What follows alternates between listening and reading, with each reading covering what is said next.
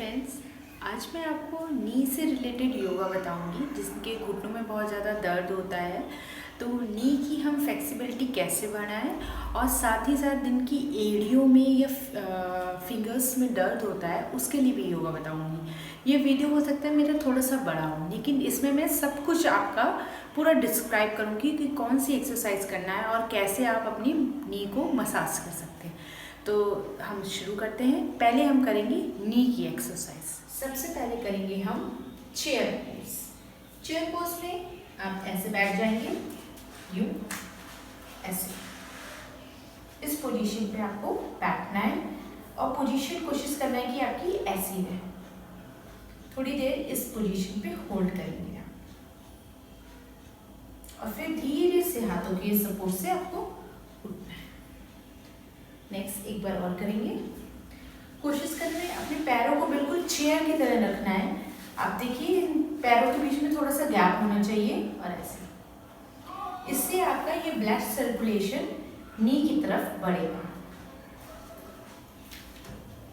आप कोई भी ऊंची चीज, मैंने ब्रिक ले लिया है, आप चाहे तो कुशन भी ले सकते हैं। आपने ऐसे रख लेंगे, लेफ्ट पैर को राइट पैर को इधर रखा आपने। पहले आप देखिए कैसे करना है।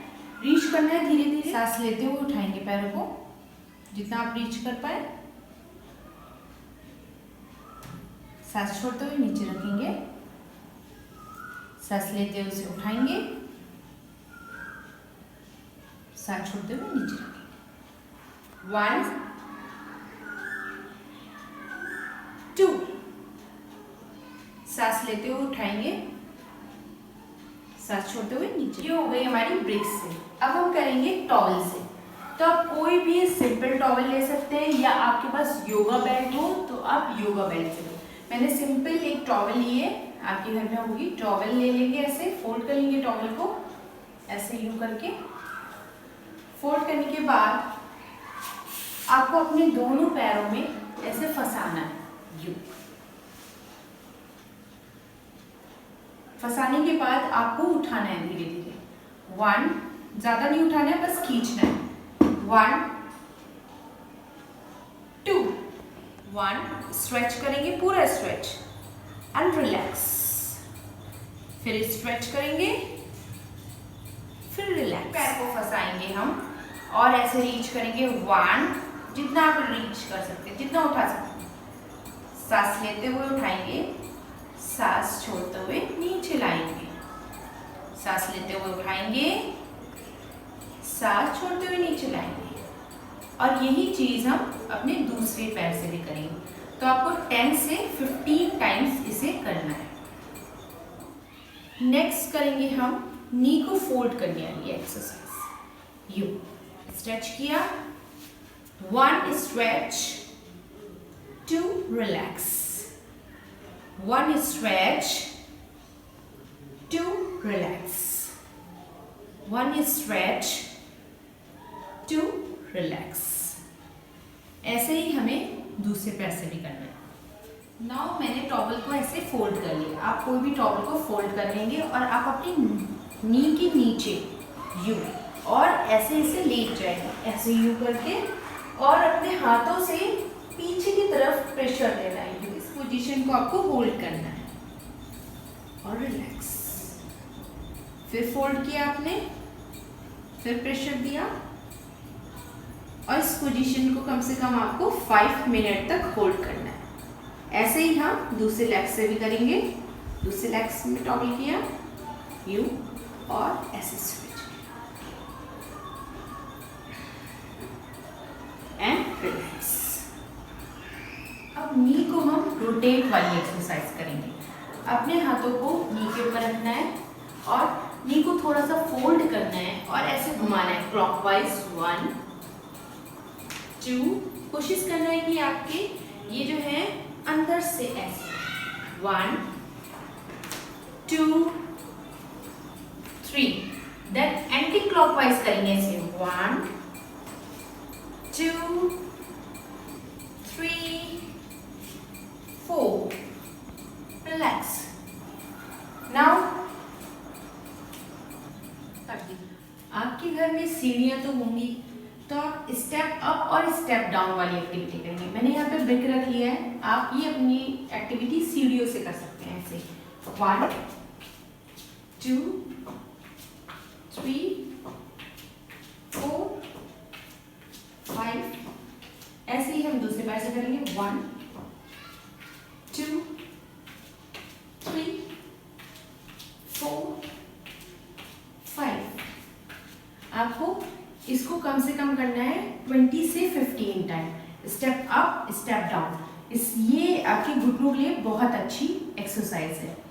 अब मैं बताऊंगी कि आप अपने घुटनों के लिए और क्या क्या कर सकते हैं। सबसे पहले आपको घुटनों के लिए घुटनों की थोड़ी सी मसाज करनी है, जिससे आपका ब्लड सर्कुलेशन अच्छा हो। तो मैं बताऊंगी कि कैसे मसाज करेंगे। बैठ जाएंगे आप। आपको घुटने को कैसे मसाज करना है, ये आपका जॉइंट है, ठीक है। तो आपको यहाँ पे नीचे ऐसे साइड में मसाज देनी है, ऐसे 1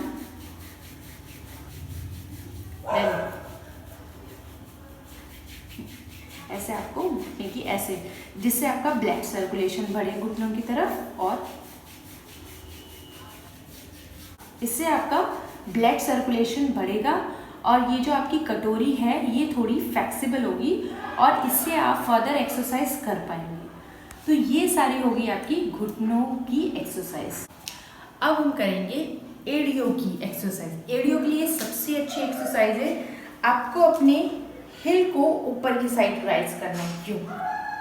ऐसे आप इस ऐसे टोज पे आपको वॉक करनी है यूँ, और सुबह उठ के रोज आपको अपनी टोज पे वॉक करनी है। अगर आप इस पे अनकंफर्टेबल है तो आप किसी भी वॉल का सपोर्ट ले सकते हैं, ऐसे यूं, और सांस भर के उठाना है, सांस छोड़ के नीचे करना है। सांस भर के उठाना है अपनी एड़ियों को, सांस छोड़ के नीचे रखना है। सांस भर के उठाना है और सांस छोड़ के नीचे रखना है। तो ये हो गई आपकी पहली एक्सरसाइज। नेक्स्ट करेंगे हम बॉटल से। आप कोई भी सिंपल बॉटल या कोई भी टेनिस बॉल से आप एक्सरसाइज कर सकते हैं। जिनकी एड़ियों में बहुत ज़्यादा दर्द होता है वो सुबह उठ के उस बॉटल में बर्फ़ अच्छे से जमा ले, मतलब बर्फ़ जमी होनी चाहिए बॉटल में, और आप कोई भी सिंपल बॉटल ले सकते हैं। ज़रूरी नहीं है कि आप मेरी जैसी बॉटल लें, और आपको उससे रोलिंग करना है, यूँ पूरे पैर में रोलिंग करना है, रोलिंग करनी है, ठीक है। रोलिंग करनी है, या फिर आप उसकी जगह टेनिस बॉल को भी ले सकते हैं, छोटी वाली बॉल को, उससे भी आपको एड़ियों से रोल कर सकते हैं। तो हमें 2 एक्सरसाइज हो गई। एक तो आपको एड़ियों को ऊपर उठाना है, दूसरी होगी आप कोई भी बॉटल से एक्सरसाइज या टेनिस बॉल से कर सकते हैं। अब हम तीसरी एक्सरसाइज करेंगे। नेक्स्ट एक्सरसाइज बहुत ही इफ़ेक्टिव एक्सरसाइज है। इसमें हम क्या करेंगे, धीरे धीरे घुटने से मोड़ेंगे अपने आप को 10 से 15 टाइम, और इस पे ध्यान रखना है कि हम अपने आगे वाले पैर पे ज़्यादा प्रेशर देंगे और पीछे वाले पैर को स्ट्रेच करेंगे। ऐसा ही हम दूसरे पैर से भी करेंगे। अब हम दूसरी एक्सरसाइज करेंगे।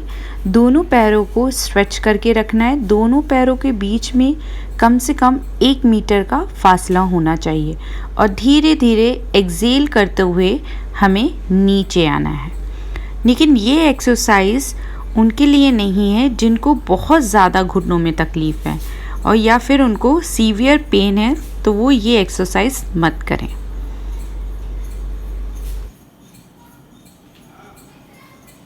तो ये सारी होगी आपकी घुटनों से रिलेटेड एक्सरसाइज।